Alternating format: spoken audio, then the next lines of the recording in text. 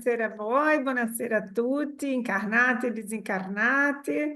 Noi siamo mercoledì 1° ottobre 2025. 1° ottobre già, mamma mia. 1° ottobre 2025, sono 20:38. Iniziando il nostro studio di questo mercoledì. La prima parte, lo studio della Genesi. Aspetta, Kardecpedia, condivido qua con voi la schermata dello studio. Kardecpedia, guardate che noi abbiamo visto capitolo 1 della Genesi, carattere della rivelazione spiritista. Siamo nel capitolo 2, Dio. Abbiamo letto, abbiamo già studiato l'esistenza di Dio, della natura divina e adesso entriamo nella provvidenza.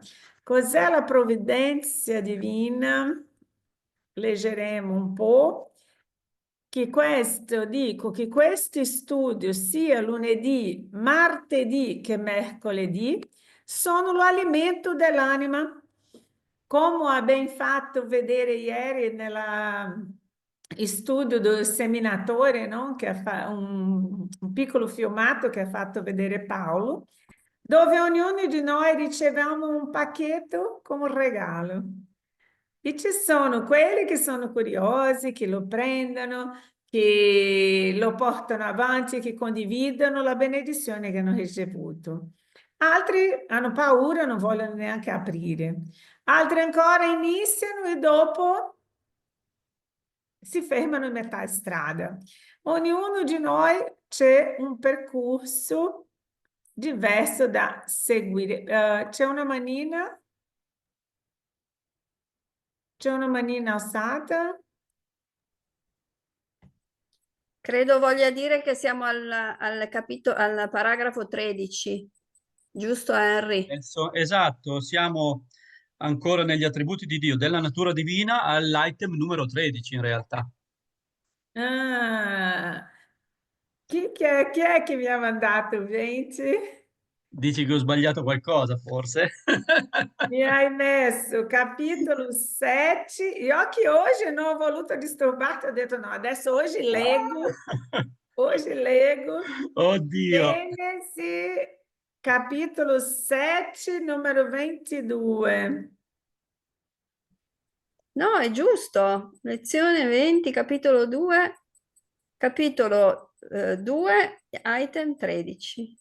Ah, io sono Sì, è andata vero. dissertazione medianica. Capitolo 7. Nessun problema. Ai vici, grazie. Il numero Di nulla, 20 di è nulla, giusto. scusate. No, il numero 20 è giusto, ma sono andata nel capitolo 7, che è da dissertazione medianica. Ma grazie, grazie. Buon peccato che non è la provvidenza, perché io già avevo letto tutto fino alla provvidenza, ma entreremo anche lì. Siamo della natura divina, siamo vicinissimo. Item 13. Bene, bene. Grazie, grazie, scusatemi. Quindi abbiamo visto abbiamo visto l'esistenza di Dio, siamo nella natura divina. Paolina, inizi con 13, per favore. Sì, Fatti la preghiera. preghiera. Ok. Sa- Gente, sono qui dalle 11 di mattina. Preghiera, Paolina. Grazie. No, la invento o la leggo? Non è condiviso? No. Se no la cerco io. No, no, ce l'ho. È qui nella mia tela c'è. Lascio tutto aperto prima.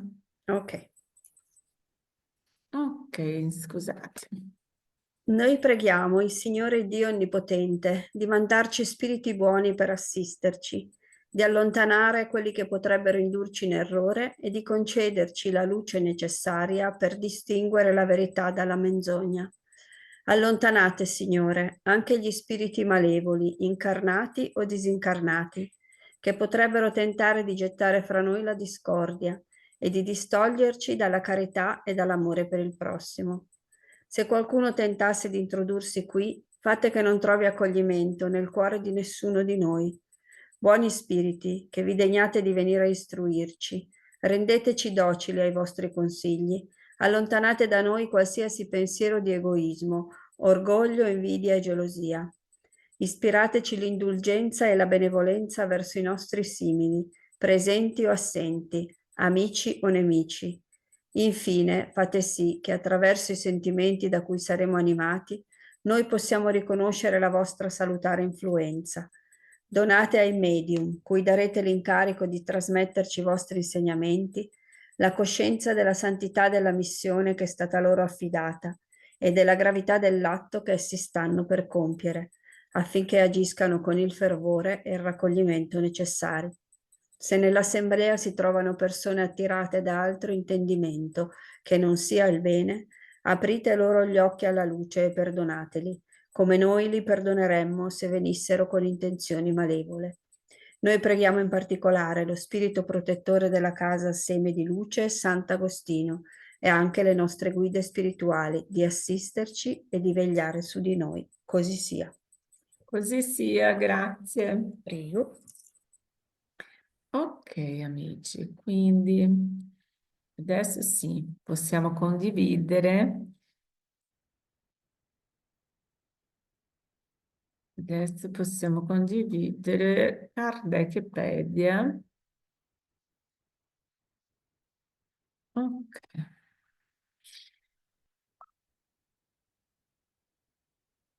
Bene, siamo della natura divina nell'item 13, continuando questa meravigliosa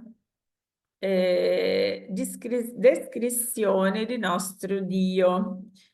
13, Dio è onnipotente.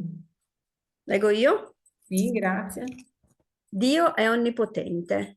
Se egli non avesse la suprema potenza, si dovrebbe concepire un essere più potente, e così di seguito fino a quando non si trovasse l'essere che nessun altro potrebbe oltrepassare in potenza, ed è questo che sarebbe Dio.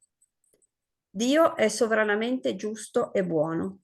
La saggezza provvidenziale delle leggi divine si rivela nelle più piccole cose come nelle più grandi, e questa saggezza non permette di dubitare né della sua giustizia né della sua bontà.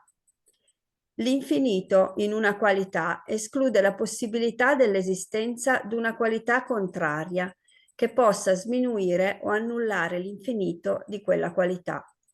Un essere infinitamente buono non potrebbe avere la più piccola particella di cattiveria, né l'essere infinitamente malvagio potrebbe avere la più piccola particella di bontà.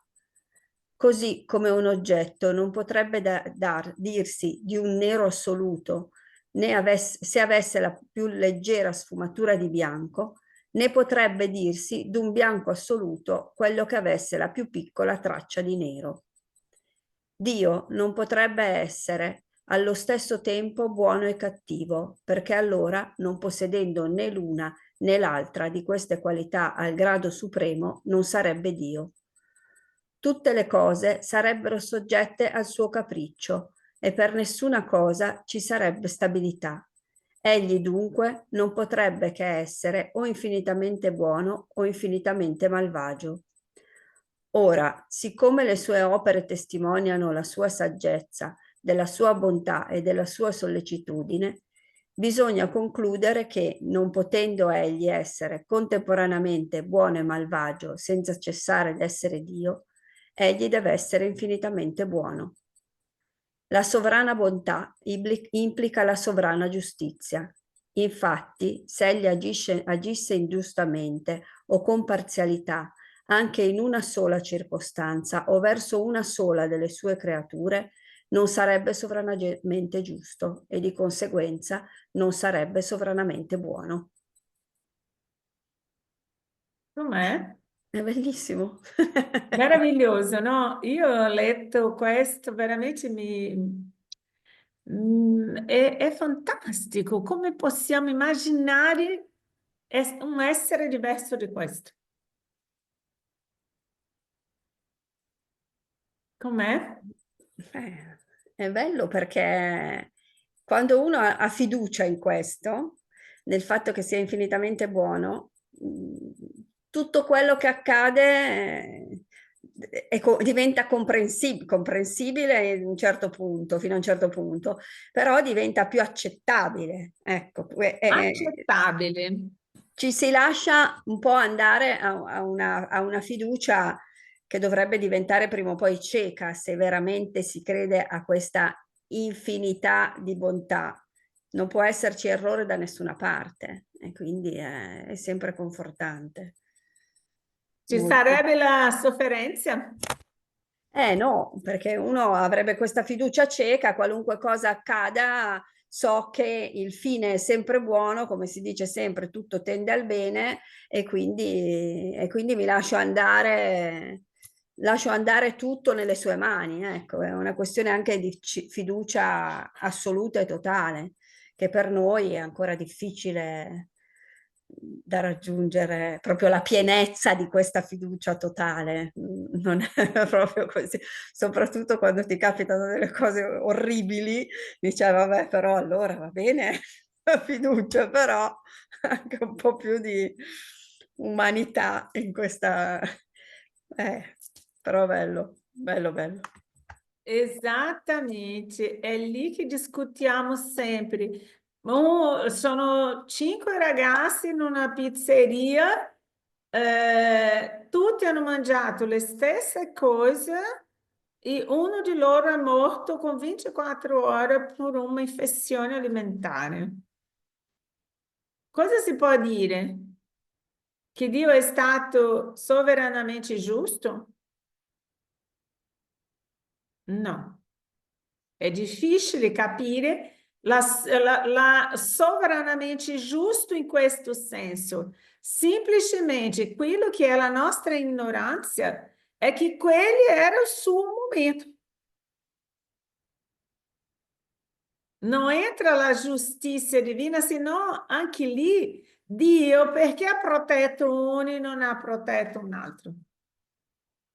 Ok? Quando accade qualcosa di brutto, principalmente in questo senso, no incidente, numa altra questione, ossia, ognuno ha o suo tempo e o suo modo di uscire da questa esistenza. E è lì che entra la programmazione. Perché tante volte dimentichiamo che la bontà di Dio è così grande che Lui sa meglio di noi cosa nuoce e cosa non nuoce, perché il problema, e metto la morte perché normalmente il problema più grande di capire la giustizia divina è relativo alla morte. Quindi non mettendo la giustizia divina, ma mettendo che Dio è così sovranamente giusto che come si dice, ci permette un'altra opportunità, ci dona un'altra opportunità, ma principalmente se Lui sa meglio di me cosa è buono per me, si vede che io sono in una cattiva strada e che non ho modo di uscire da quella cattiva strada e che non uscirò e che non riuscirò a vincere fino a quando già sono andata, mi porta via casa, perché io non perca il frutto di quello che io potevo ancora peggiorare la mia situazione. Avete capito più o meno come... Perché vediamo questa uscita dalla vita come una disgrazia, come una cosa brutta, tante volte. Per esempio, vi do un esempio caro sobre questa giustizia divina. sempre mio fratello, che vi ho raccontato, che ha passato tutta la vita con la malattia, che non riusciva è riuscito a vivere, a cavarsela, ma comunque aveva delle limitazioni gigantesche. Il giorno che mi ha detto sono guarito, ho detto è finita il suo percorso, perché aí lui ha detto adesso che non ho più la malattia, penserò in aprire un'azienda, in guadagnare soldi, in fare... È andato.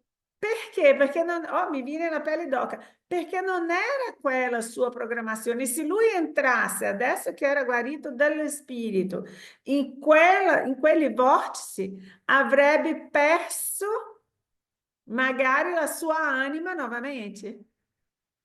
Contratto nuovi di debiti spirituali. E avrebbe perso la strada che era entrato por conta delle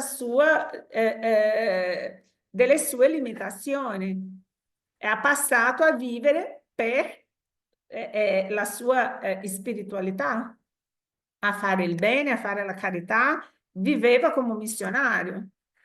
Quando ha detto adesso sono guarito e vado a vivere la mia vita che io non ho mai fatto, aprirò, ossia la parte materiale, era ora di andare, perché non era quello il suo compito qua.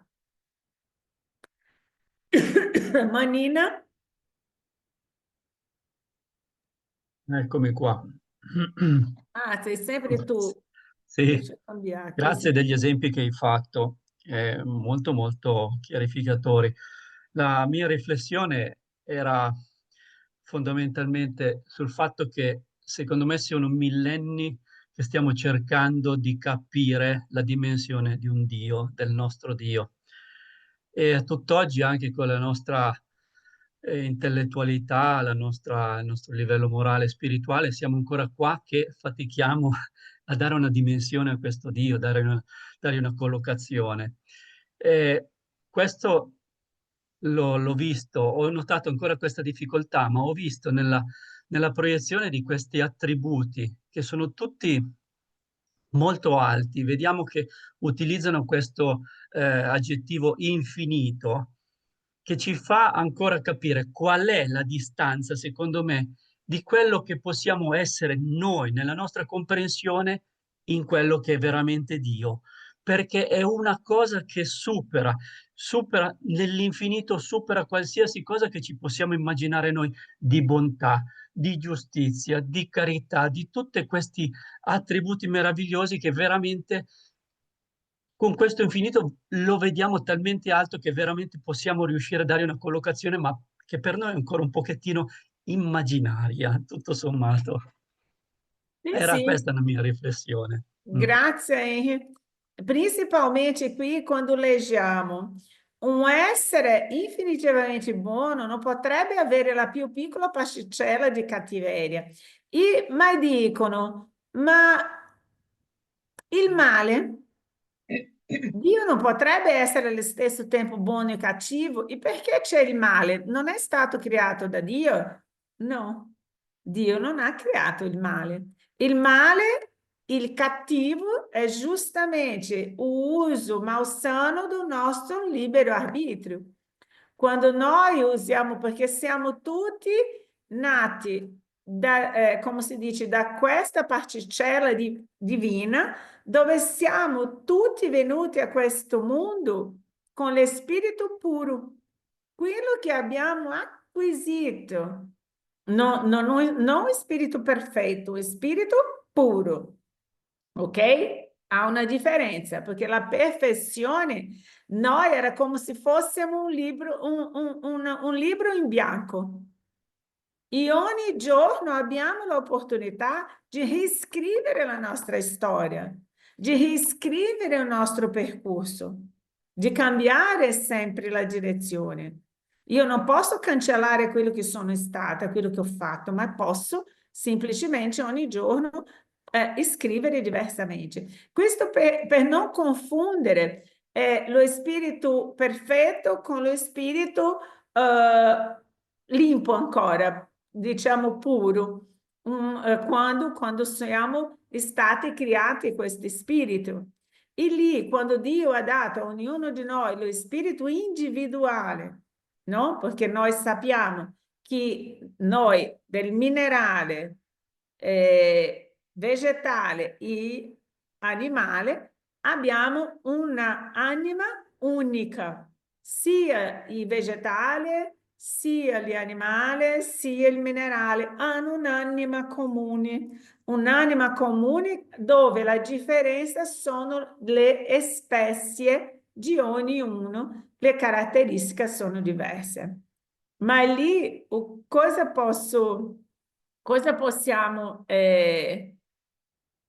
possiamo dire di quando abbiamo ricevuto questo spirito? Questo spirito è venuto in bianco, una tavola in bianca. Chi è che parlava della tavola in bianca? Chi è il filosofo che parlava della tavola bianca? Quindi noi eravamo una tavola veramente in bianco e lì con il nostro libero arbitrio abbiamo iniziato a creare in noi tutti i difetti e bontà che abbiamo oggi. Ok? Tanto che nel fiume di Divaldo lo spirito cattivo, lo spirito ossessore, dice cosa Divaldo? Un giorno riuscirò, magari riuscirò a essere buono come sei tu. E lui ha detto, non devi diventare buono, devi lasciare di essere male. Perché il buono è dentro di noi, il bene è dentro di noi, la legge di Dio è dentro di noi. Noi abbiamo tutto dentro di noi. So che noi abbiamo sotterrato con la materialità, con le difficoltà, con i vizi, con i problemi che abbiamo trovato, le comodità che abbiamo trovato a lungo della nostra vita. Per questo non possiamo mai dire che Dio ha creato il male o che Dio è il male. Erroneamente, come tante religioni parlano e ci fanno credere che Dio è un Dio cattivo, che ci punisce, è un Dio che ci fa patire delle sofferenze. No, quindi questo Dio è un Dio umano creato da altri umani imperfetti. Bene? Andando avanti, 15.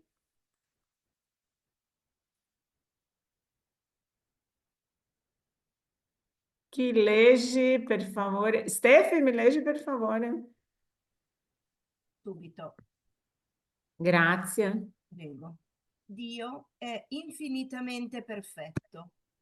È impossibile concepire Dio senza l'infinito delle perfezioni.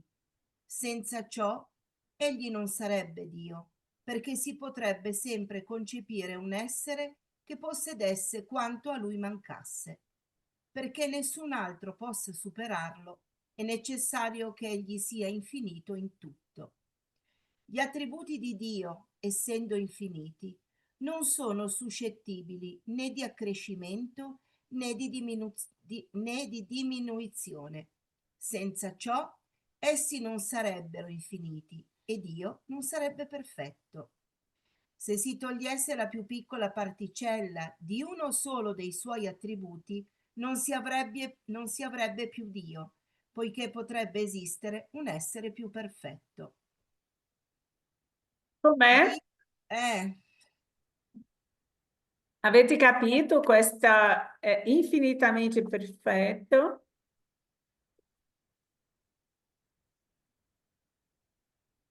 sì, e ora che cominciamo a comprendere che Dio è perfezione, basta guardarsi intorno per il mondo che ha creato, vediamo la perfezione. E quando iniziamo a comprendere tutte le caratteristiche che lo spiritismo ci ci spiega relative a Dio, comprendiamo la nostra responsabilità nelle nostre azioni, nei nostri comportamenti, nel modo di vivere, in quello che facciamo, e impariamo a comprendere che non possiamo più dare la colpa a Dio, a quello che abbiamo intorno per quello che succede. Ma se in questo momento stiamo vivendo la situazione che così un po' difficoltosa della terra, è opera dell'uomo, ma non di Dio. E imparando a capire che Dio ci permette di cambiare, di migliorarci, di evolvere, di imparare a fraternizzare con tutta l'umanità, dovremmo essere grati di tutte queste opportunità che Lui ci dona quotidianamente. Invece, a volte si pensa, ma perché Dio permette questo? Ma perché Dio permette la guerra? Ma perché Dio permette questi massacri, queste persone che sono ancora, come spiegavi prima, nel male, senza comprendere che chi fa del male è l'essere umano, perché non ha ancora capito cos'è che deve seguire. Perché è proprio vero, il male e il bene è in ognuno di noi. Sta a noi scegliere cosa vogliamo fare. Perché sappiamo esattamente nel momento in cui compiamo un'azione, abbiamo un pensiero, abbiamo l'angioletto che ci dice guarda che quello non va bene, quello non è un pensiero giusto, ma noi tante volte per abitudine, per comodità, scegliamo quel pensiero.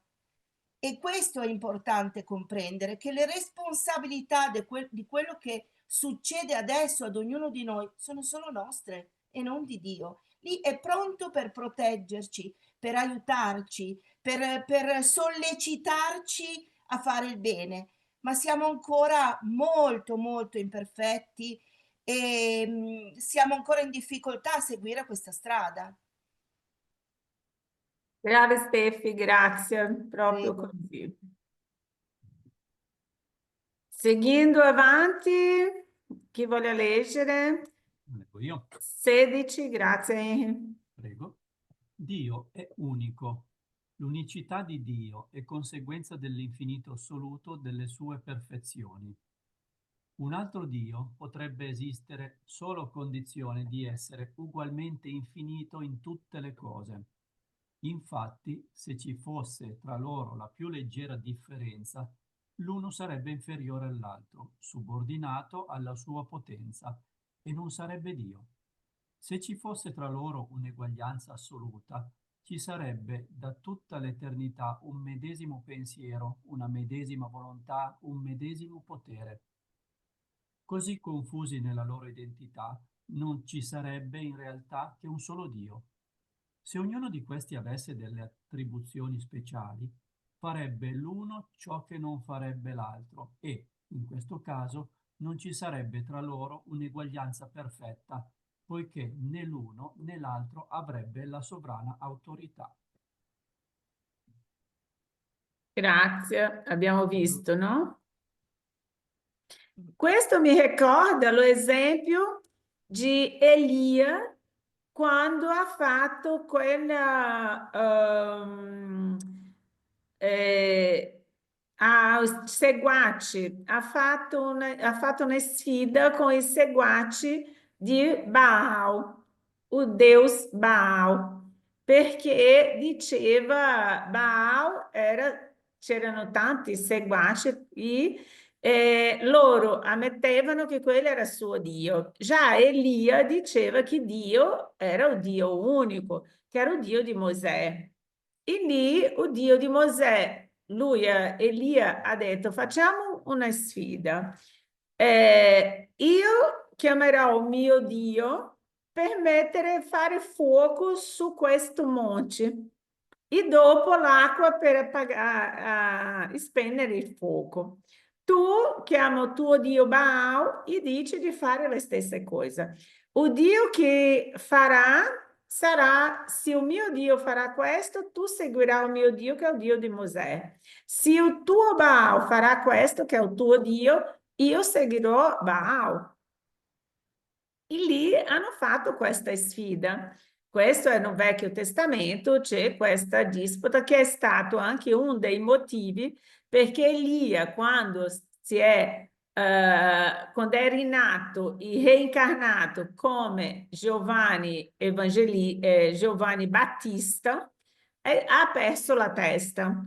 Perché? Perché in quella disputa con i seguaci di Baal, lui ha invocato Dio e Dio si è fatto presente. Perché Dio in quel momento ha fatto quel fenomeno, si è fatto presente? Perché era per una buona causa, perché potesse avere quegli uomini nel suo cammino di salvezza, che è il Dio, no? Il Dio vero, perché ha fatto venire il fuoco e dopo l'acqua per spegnere quel fuoco. Già il Dio Baal non ha avuto questa capacità.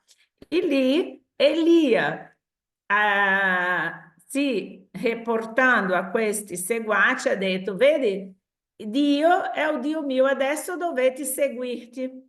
Ma non fidandosi dei seguaci di Baal, Elia ha mandato tagliare la testa di tutti loro.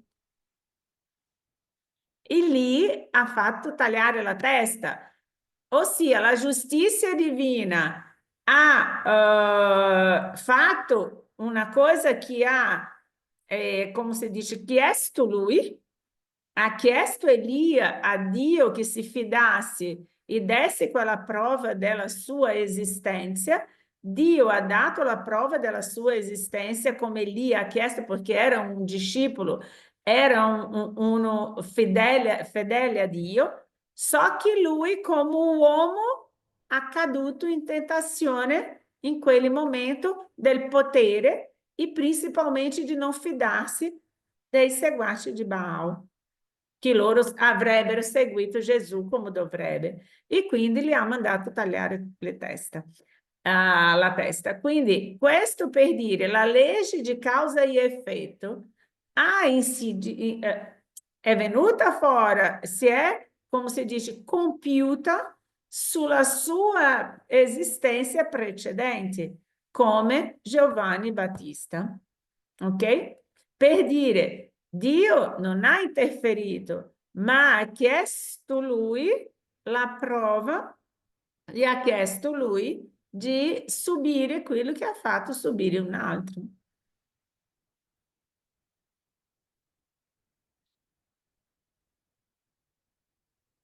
Ossia, siamo nel 17.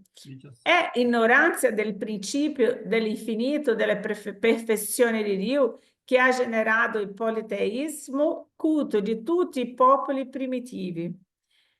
Essi hanno attribuito la divinità a ogni potenza che fosse sembrata loro al di sopra dell'umanità. Più tardi la ragione li ha portati a confondere queste diverse potenze in una sola. Poi, nella misura in cui gli uomini hanno compreso l'essenza degli attributi divini, hanno ritirato dai loro simboli le credenze che ne erano la negazione.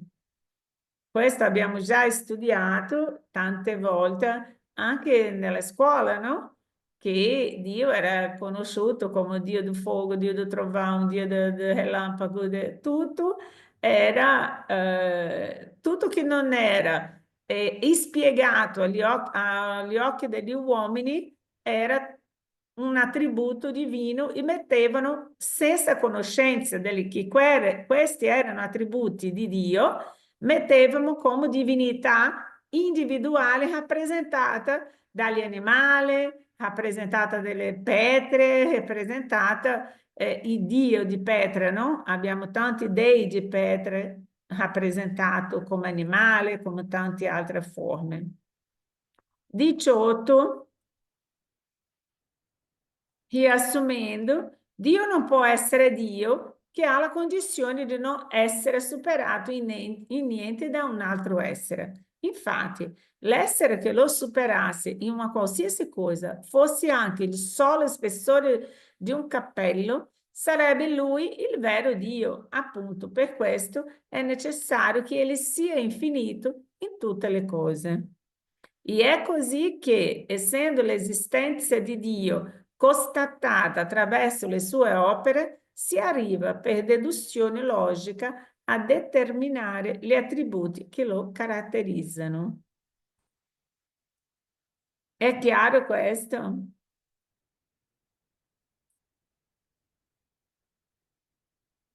Andiamo 19. Paolina, mi leggi la 19, per favore? Sì. Grazie. Dio è dunque la suprema e sovrana intelligenza. Egli è unico, eterno, immutabile, immateriale, onnipotente, sovranamente buono, giusto e buono, infinito in tutte le sue perfezioni, e non può essere diverso da questo. Questo è il cardine sul quale poggia l'edificio universale.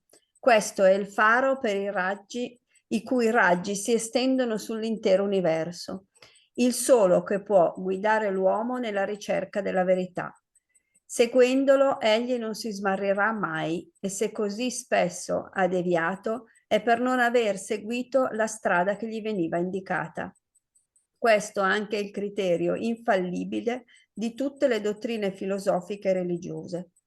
Per giudicarle, l'uomo ha una misura rigorosamente esatta negli attributi di Dio, e si può dire con certezza che ogni teoria, ogni principio, ogni dogma, ogni credenza, ogni pratica che fosse in contraddizione anche con uno solo di questi attributi, o che tendesse non solo ad annullarlo, ma semplicemente ad affievolirlo, non può essere nella verità. Nella filosofia, nella psicologia, nella morale e nella religione non c'è del vero in ciò che non si discosta nemmeno di 1 millimetro dalle qualità essenziali della divinità. La religione perfetta sarebbe quella in cui nessun articolo di fede fosse in opposizione con queste qualità, in cui tutti i dogmi potessero subire la prova di questo controllo, senza riceverne alcun danno. Com'è? È qui. Lì Qui ce n'è. lo sai bene, purtroppo. Qui ce n'è. Il travisamento in tutte le religioni è alla base, è veramente alla base. Sì, è ancora lunga la strada. Ogni dogma, ogni credenza, ogni pratica che fosse in contraddizione anche con un solo di questi attributi, ma non è possibile, non leggono questo, non vedono questa realtà chiara come un specchio. O che tendesse non solo a annullarlo, ma semplicemente ad affrivolirlo, non può essere nella verità. Vi racconto una cosa che ho imparato oggi, dopo tutti questi anni, c'è sempre, bello che c'è sempre delle novità che ci stupisce.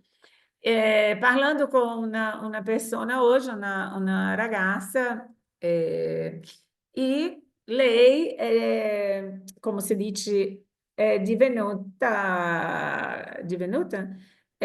madrina della bambina della sua migliore amica. Questo in Romania.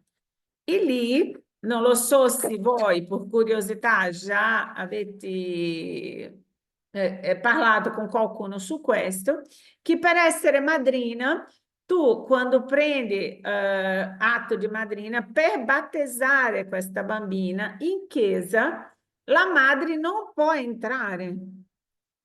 O battesimo è senza la presenza della madre, perché la madre in quel periodo, se o battesimo accade nei 40 giorni dopo la nascita.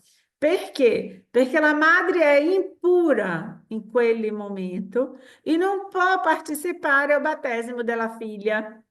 deve essere a casa, va tutta la famiglia, la madrina, il papà in chiesa e la madre rimane a casa perché è considerata impura per conta del ciclo, per conta della situazione della nascita, per conta di quello che è accaduto dentro di lei, fuori, e quindi lei non può partecipare al battesimo. Nei 40 giorni si battezza dopo, sì, ma nei 40 giorni non si può. E quindi questo battesimo sarà prima di 40 giorni, la madre non ha. Dopo, quando vai a casa, la madrina consegna la bambina dalla porta di casa, la madre che è dentro, che non può andare fuori, la madre è dentro casa, consegna la bambina e spegne la candela nel marco della porta, no? Quando entra con la candela con la bambina. Questo per dire, non si può, mi è venuto in mente, ho parlato con lei, se per caso già ha visto Gesù con quella donna emorraissa, no? Che era considerata impura, nessuno poteva toccarla, nessuno, le donne non potevano stare a casa in quel periodo di ciclo, non potevano neanche essere a casa.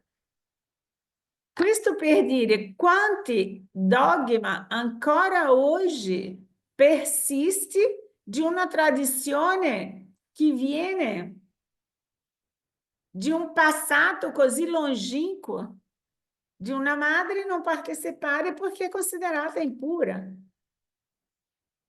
e non può neanche visitare le altre case, altre persone, deve stare a casa sua.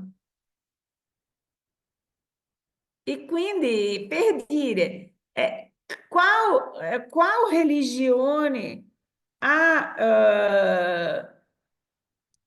il potere di fare e di scrivere determinate regole, sapendo che Gesù, quando è venuto in questo mondo, è venuto giusto per togliere tutti questi dogmi che sono stati costruiti, che sono stati messi per impedire il vero amore.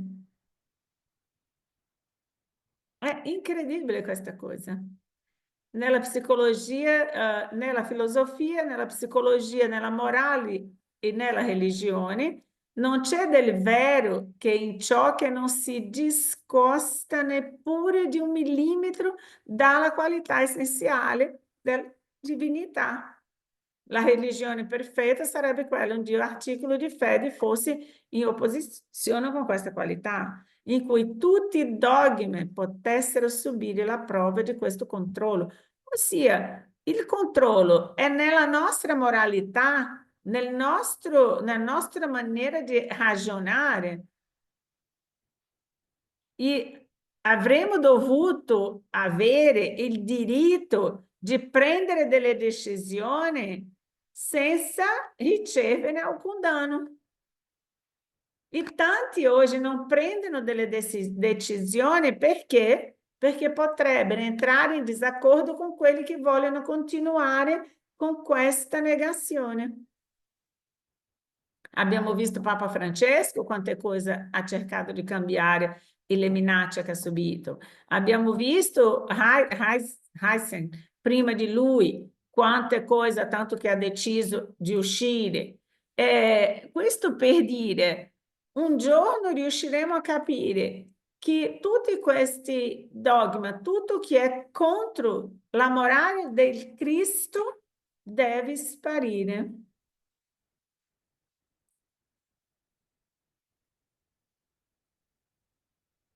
Vede, la provvidenza anche, guardate, solo per dire di uno degli attributi della provvidenza di Dio.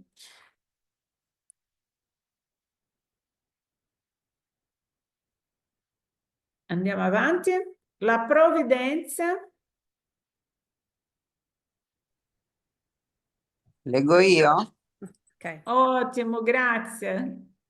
Allora, aspetta che lo allargo perché sono ciecata. Ok, Ah, la io è lo provvidenza. massimo, a mio ho messo lo massimo, Lina. No, va bene così. Il mio è il così. massimo. La, la provvidenza è la sollecitudine di Dio per le sue creature. Dio è dappertutto, egli vede, egli presiede tutto, anche alle più piccole cose. In questo consiste l'azione provvidenziale. Come può Dio, così grande, così potente, così superiore a tutto, coinvolgersi in infimi particolari, preoccuparsi delle più piccole azioni e dei minimi pensieri di ciascun individuo?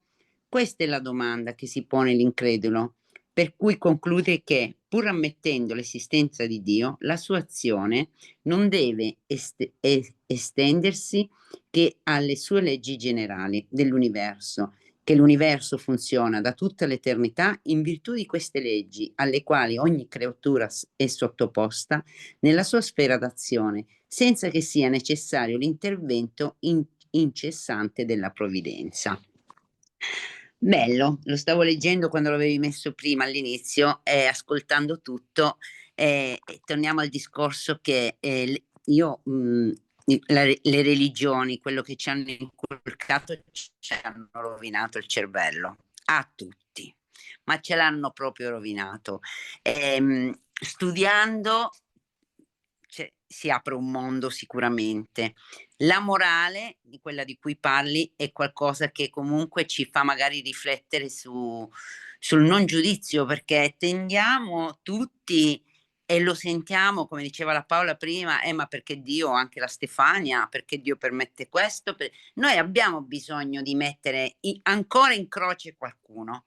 Quindi, siccome non è colpa mia, la devo dare a qualcun altro. Non la do a chi ho vicino, magari come familiare, perché sai, comunque è mio fratello e mia sorella. Senza dimenticare, no? Noi dimentichiamo quello che c'è questo grande padre e questo grande fratello che è venuto qua per farci capire, e ancora siamo lì a fare la guerra con Dio, che lui vede le cose che noi pensiamo più assurde, ma figurati, questa è una stupidaggine. Lui sa tutto. Sa tutto. C'è connessione? Perché purtroppo qua la connessione è un po'... Mi sentite?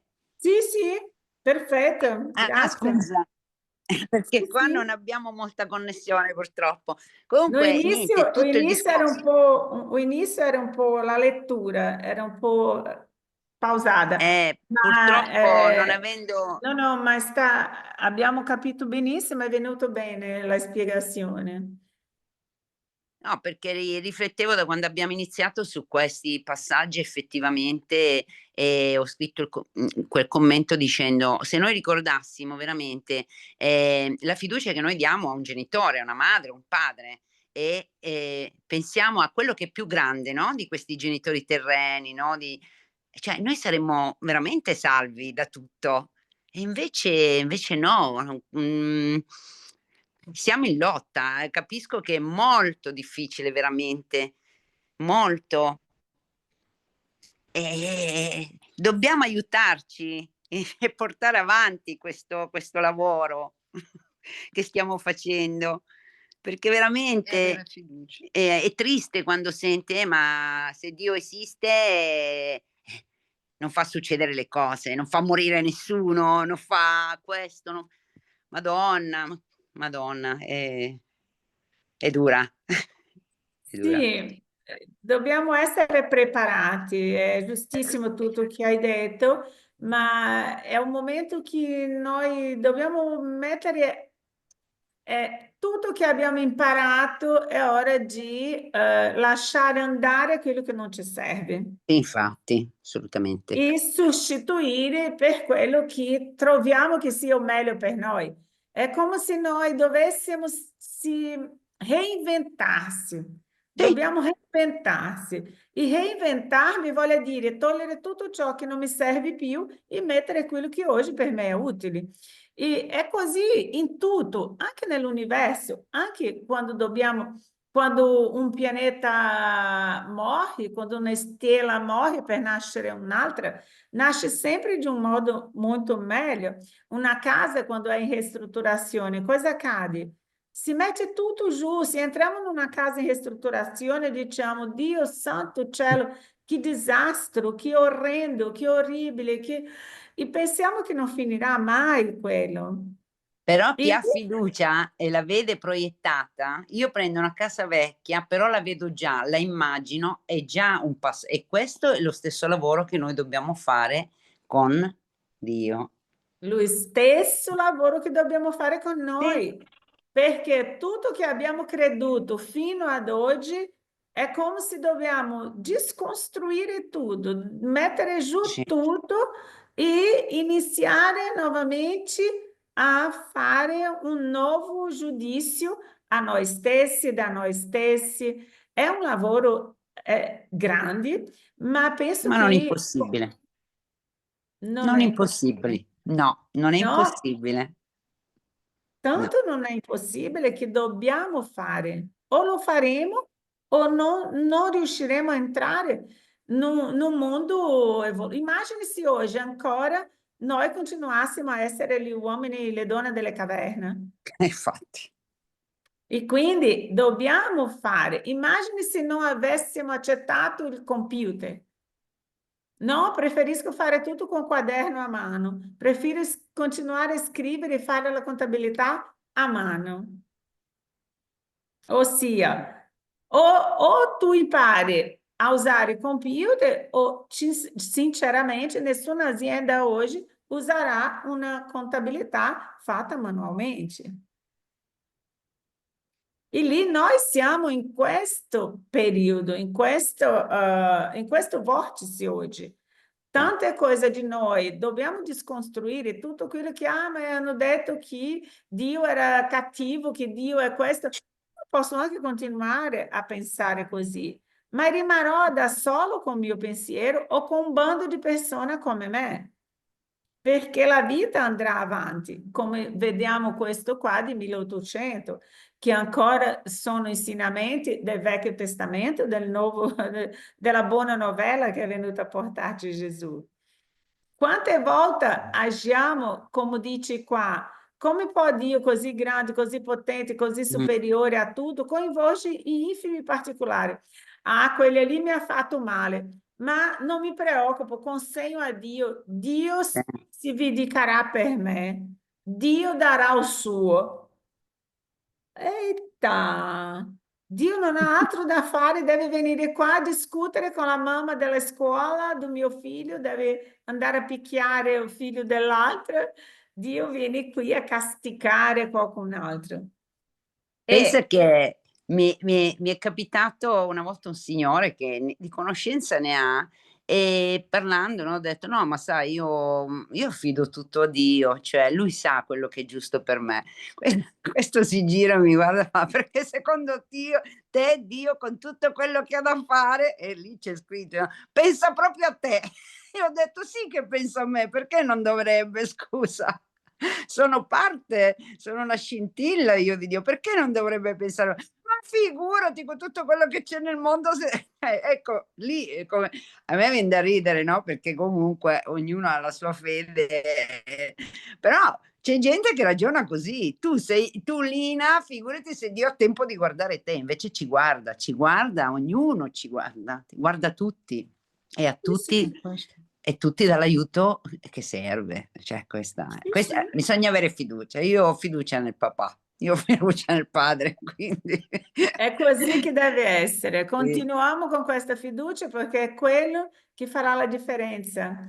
È giustamente avere o non questa fiducia, non solo nel parlare, ma no agire, no vivere, no lasciar perdere, no andare avanti. Questo farà tutta la differenza. L'universo funziona tutto, ok, abbiamo letto. Quindi cambiamo libro, ci fermiamo qua nel 20. Prossima settimana continueremo con la provvidenza divina, siamo solo all'inizio, rileggeremo. Possiamo rileggere prossima settimana anche quello. Adesso cerco nostro, ops, per condividere, dissertazione medianica. Preghiera, no. Dove è andato la Genesi? Un attimo che adesso la cerco novamente. Dissertazione medianica. Questa fiducia che farà tutta la differenza in questo nostro momento particolare. Bom, qui sono giusto noi? Siamo... Fammi vedere dove sei. Siamo nella difficoltà della comunicazione, direi. Sì, Oh, quindi questo è venuto giusto. sì, questo l'hai messo giusto. Brava. Ok, hai só o Grazie. volume bassissimo. Ah. Ok.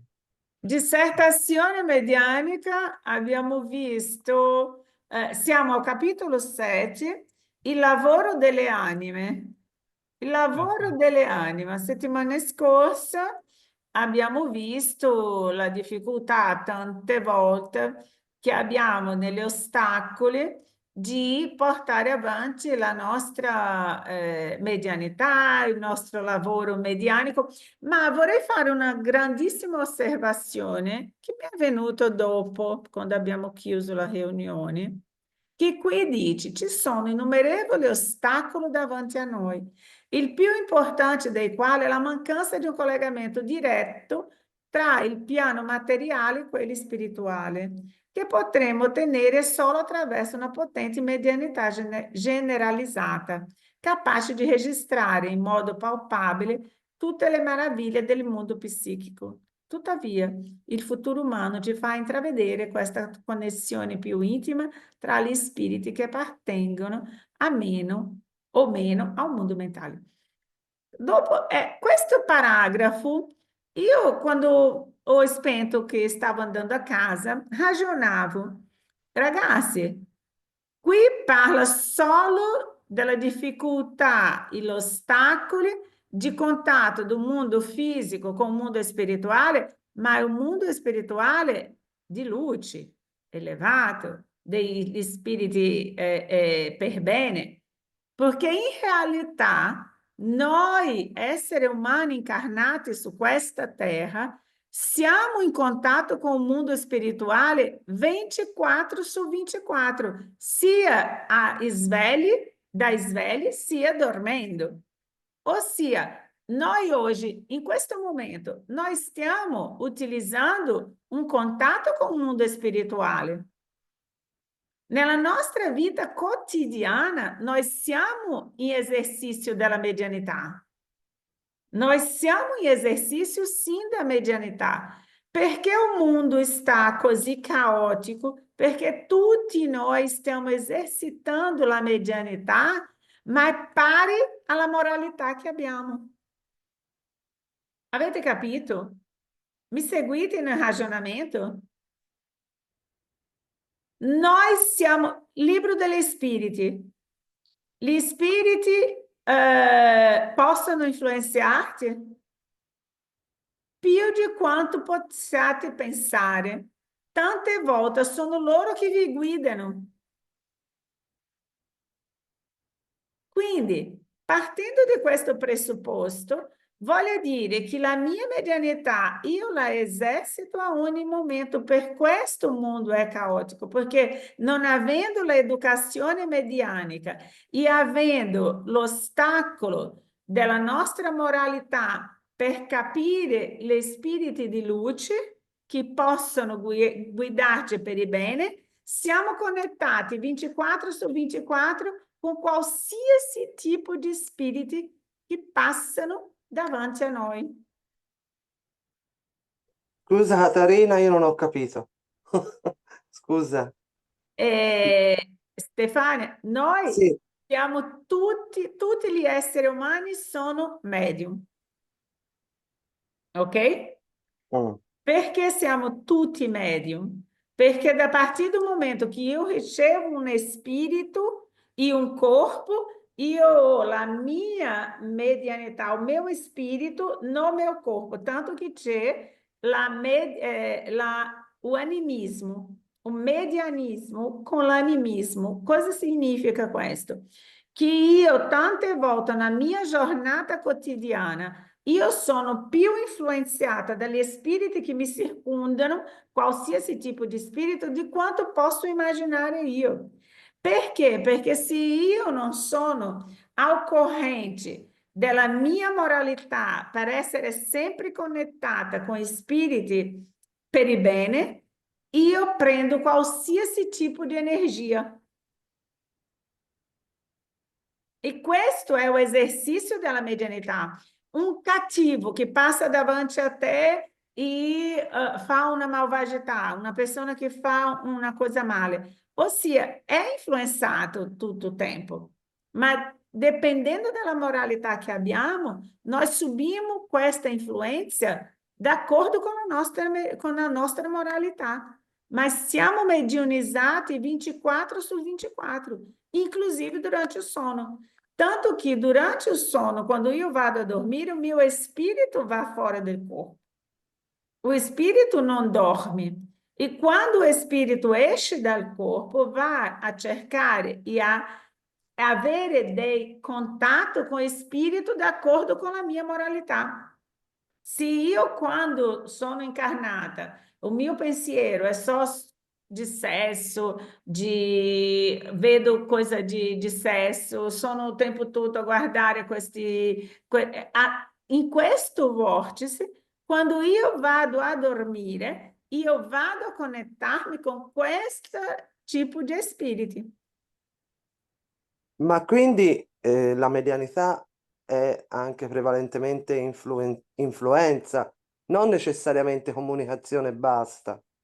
Exatamente, perché è quella la gravità di capire un estudo mediúnico. O estudo mediúnico non è solo per chi voglio comunicarmi con il mondo spirituale, passare mensaggi, fare la psicografia, voglio fare... Sì, questo può anche esistere, ma a mia necessità di studiare medianità nel libro dell'Evangelio, nel libro degli spiriti, capire il mondo spirituale, è per riuscire a proteggermi con le mie azioni.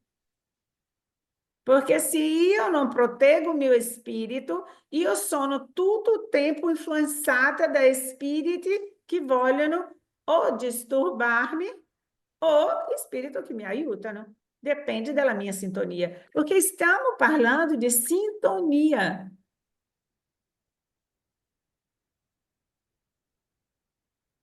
Hai capito? E Sì, quindi perfetto. o mio spirito si ha fame, o meu espírito se ha fame, io vado a mangiare qualsiasi cosa che mi offrano. Perché? Perché io ho fame. Quando io non ho questa fame esacerbata, cosa accade? E andare al supermercato con fame. Se io ho fame, vado al supermercato, cosa accade? Compro tutto. Compro tutto che c'è di buono e di porcheria. E voglio mangiare tutto. Se io vado al supermercato e sono consciente, il mio corpo sta bene, il mio spirito sta bene, io prendo quello che sono andata a prendere di necessario, di bello, di delizioso e assaporisco quello che compro.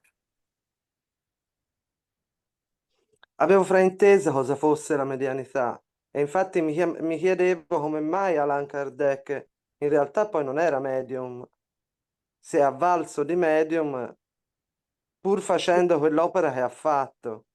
Lui era un medium. Lui era un medium, c'era il suo mentore, tanto che lui ha scritto tantissimo nei libri, c'è osservazioni che sono di lui personalmente, sono di lui con suo mentore. O Spirito della Verità è un mentore di Kardec. Cioè lui era un medium nel senso che si collegava... Collegava-se com o suo mentore, lui era um médium. Tanto que c'è nel libro dei medium, no início della sua medianità, quando lui ha sviluppato la sua medianità. Comunque, cosa accade? Tutti noi siamo medium, tutti. Não existe um essere humano sulla Terra que não existe, que não abbia una medianità. Perché siamo influenziati, perché medianità è energia, è vibrazione, è una questione di vibrazione. E la mia comunicazione sarà pura quando io sarò un vaso puro. Sono tanto influenzata che se entro in un ambiente che non è tanto bello, io inizio a sentirmi male. Perché? Perché non ho l'educazione medianica abbastanza per capire che io devo entrare e uscire in qualsiasi ambiente sapendo come entrare e uscire, sapendo a hora di uscire. Che io non posso coinvolgermi con altra energia che non sia quella che a me fa bene. Quindi noi entriamo in sintonia mediúnica, encarnado per incarnato, encarnado per desencarnato, desencarnato per incarnato, desencarnato per desencarnato. Sono sintonia 24 su 24. È lì che a necessità della moralità, para que eu sappia come comportarmi, o que é mio, o que non è mio, quando devo chiudere e quando devo aprire la porta. Ok? È per questo che dico che qui, quando questo paragrafo dice questo, è la difficoltà che noi abbiamo oggi di sintonizzare con un piano più elevato. Tanto che in futuro questo sarà più facile. Stiamo esercitando. E quanto prima capiamo che tipo di energia ci sta influenzando, che tipo di energia stiamo mangiando, meglio. Voglia leggere questa, Stefania, per favore? Difficoltà della comunicazione? Riesci a leggere?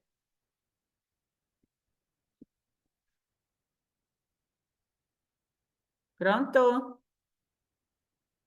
Ecco, mi senti? Mi sentite? Sì, sì, Sì. sento. Allora, attualmente quasi ogni fatto medianico costituisce un fenomeno, un mistero, un evento che supera le leggi naturali e quindi viene considerato erroneamente dai suoi osservatori. Da qui nascono molte difficoltà perché molte entità agiscono in modo sensibile nelle vostre esistenze. Ma se la comunicazione diretta con loro è impossibile, è facile che partecipino ai vostri affari, studi, pensieri e preoccupazioni. Gli spiriti preposti a questo o quel compito nel seno dell'umanità e della natura formano un insieme armonioso molto più grande di quanto si pensi. Quando il legame che la unisce alla materia si spezza, uno dei primi pensieri dell'anima è per le persone amate che sono rimaste a distanza e l'ansia di rivederle costituisce uno degli intenti più sacri delle sue aspirazioni. Questo non sempre è loro consentito, perché un ordine indefettibile presiede alle leggi cosmiche che sono le leggi divine.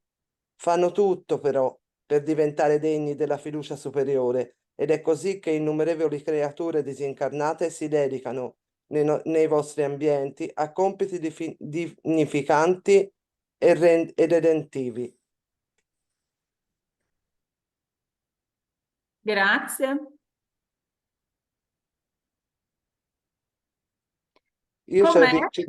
ci devo un po' ragionare sempre sopra, perché praticamente, scusate, cioè praticamente si sente questa presenza costante, però a me è sembrato di capire che in questi casi, cioè, se la comunicazione diretta con loro è impossibile, quindi una influenza in questo caso, giusto? Più che una comunicazione, perché se la Influenza. comunicazione è impossibile, quindi quando subisci questa influenza è facile che partecipino ai vostri affari, studi, pensieri e preoccupazioni, ma in che misura? Cioè spiriti di ogni donde, male e bene, a secondo di come tu ti sintonizzi, a secondo di come la tua sintonia, come una radio praticamente. Cioè, se sei Sì, sì. sintonizzato basso, ricevi basso, se sei sintonizzato alto, ricevi La cosa più preoccupante è che però tu non te ne accorgi, non sai quello che è tuo e quello che invece ti arriva da fuori. Exatamente. Per questo que o exercício do evangelho é a nostra misura. Perché quanto più io studo il Vangelo, quanto più io mi moralizzo, io riesco a capire questa influenza molto più veloce di prima. Se io prima mi arrabbiavo facilmente por sciocchezza, por coisa banale, oggi riesco, se mi arrabbio ancora, riesco a capire che immediatamente devo cambiare quella sintonia, chiudere quella sintonia. O fatto di parlare male da vita di qualcuno. C'è un gruppo di persone che ci sono persone, davvero, che, inclusive uomini, che quando siamo con queste persone sanno parlare male della vita dell'altro. Non hanno nulla costruttivo, creativo, nulla di bello da aggiungere, da condividere. È sempre la vita degli altri e delle cose brutte. Io immagino, quando apriamo questo vargo, quando apriamo questa, la spiritualità, per quello che già sappiamo e già studiamo, cosa ti dice? Non essere né presenti e molto meno alimentare nell'altro la lamentela, la pettegolezze, coisa che quando esce di lì, esce pesante, esce male, esce com uma sensazione, hai perso un tempo immenso lasciando che entrasse nella tua orecchie, nel tuo spirito, delle cose brutte, delle miasma e gosma, come dice la spiritualità, che dicono che se noi avessimo la capacità di vedere cosa quando un altro ha questa lamentela o questa parlare di un'altra persona, quando entra è come se entrasse una gelatina marrone nelle nostre orecchie e ci contaminasse lo spirito, togliendo la nostra luce. Ma se io già lo so di questo, se io già capisco come funziona, io continuerò a agire così? No? No. No. È lì che iniziamo a pulire o che? Non solo a me, come il mondo, perché il mio esempio può essere per un'altra persona, un altro che studia, un altro che sa di questo, un altro che è... Cosa accade? Iniziamo a pulire attorno a noi l'ambiente, perché stiamo parlando di energia. Però tu prima hai parlato di un'influenza da ambedue le parti, ma in realtà noi siamo influenzati, ma noi come possiamo influenzare loro? Sì? Possiamo, quando iniziamo a parlare male di qualcuno che è disincarnato, cosa accade? Quando iniziamo a parlare male di qualcuno che è disincarnato, quella persona può prendere per il bene come può prendere per il male e venire a stare a chiedere conto a noi. Questo c'è un esempio nel libro Missionários da Luz. Quindi, per dire, noi possiamo influenzare loro perché la ossessione accade sia da incarnato a desencarnato, come dice qua, c'è un parente desencarnato, un marito che è desencarnato.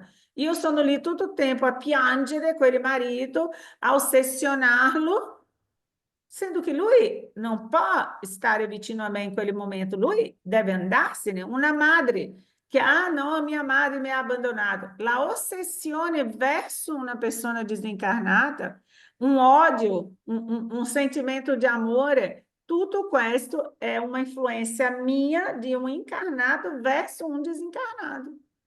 Ok. La fotografia, o endeusamento, aquela morbosidade verso um ente desencarnado, cria uma ossessione sopra quello desencarnato. Se quello desencarnato non è pronto, non è sotto la protezione del mondo spirituale, lui subisce tutta la nostra ossessione che dice lasciami in pace, io devo continuare e siamo lì a trascinare quegli spiriti, per il bene o per il male. Perfetto, grazie. Ok? Per Sì. questo qui dici, quando il legame che la unisce, la materia si spessa, uno dei primi pensieri dell'anima è per le persone amate che sono rimaste a distanza, anzi di rivederli. Ossia, voglio comunicare con il mio ente desencarnato, voglio parlare con fulano, voglio parlare con ciclano. È giusto? È giusto. Ma io sono pronta per questo. Loro sono pronti per questo. Hanno l'autorizzazione per questo. Per questo tante volte la spiritualità deve mettere, come una persona che conosco che ha perso un figlio. Il bambino era all'asilo nel mondo spirituale, il suo papà, con molto amore, con tanta mancanza e malinconia, faceva delle cose come se lui ci fosse ancora, iniziato a chiamarlo. E lui è uscito come si dice, dell'asilo spirituale per venire a stare vicino al pai. E quelli stare vicino al suo papà, so fa male al suo papà e male al bambino, che non riescono a staccarsi, sono un sentimento di... O padre, quando o figlio è vicino, inizia a piangere, stare triste, stare completamente in una sensazione orribile di dolore, perché o figlio è vicino. Invece di essere calmo, tranquillo e sereno, perché o figlio veramente è vicino, sta male. E o figlio sta male perché vede il padre stare male. Inizia una simbiosi onde nessuno dei due stanno bene. Per questo, quando io sarò in grado di capire il mondo spirituale, io posso sim comunicare, ma con un altro approccio, con un altro modo. Sapendo se loro hanno permesso, se io posso, caso sia possibile. E quando questo spirito viene vicino a me, io non soffro por conta della prossimità energética, perché capisco e posso comunicarmi. Tanto que Chico já ha lasciato chiaro e scritto che dopo 2057 noi parleremo con i nostri cari nell'aldilà tramite la televisione. Questo perché? Perché saremo in un mondo già regenerato, di regenerazione, non più di prova e espiazione. E sarà per noi un piacere e non una sofferenza parlare con loro. Cosa che oggi, se a tanti di noi incarnati fosse data l'opportunità di parlare veramente, vedere un disincarnato, sarebbe una lamentela, una choradeira. Parleremo di cosa con questo spirito, accusando, chiedendo, pedindo. Avete capito cosa sto dicendo?